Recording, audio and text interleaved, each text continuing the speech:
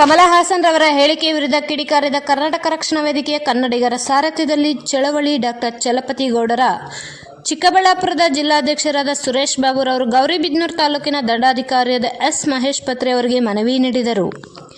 ಅವರು ಕ್ಷಮೆ ಕೇಳದಿದ್ದರೆ ಜೂನ್ 5ರಂದು ಬಿಡುಗಡೆಯಾಗುವ ಥಗ್ ಲೈಫ್ ಚಿತ್ರ ಕನ್ನಡದ ಚಿತ್ರಮಂದಿರಗಳಲ್ಲಿ ಬಿಡುಗಡೆಯಾಗಲು ಬಿಡುವುದಿಲ್ಲ.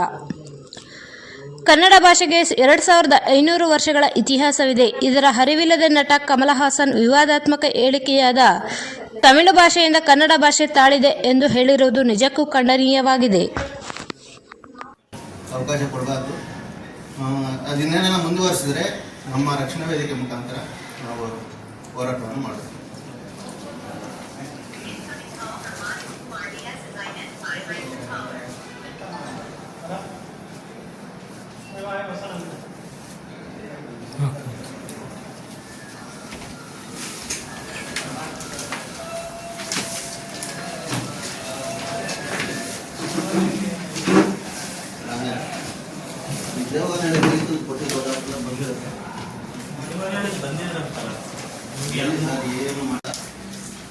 ನಮ್ಮ ಕನ್ನಡಿಗರ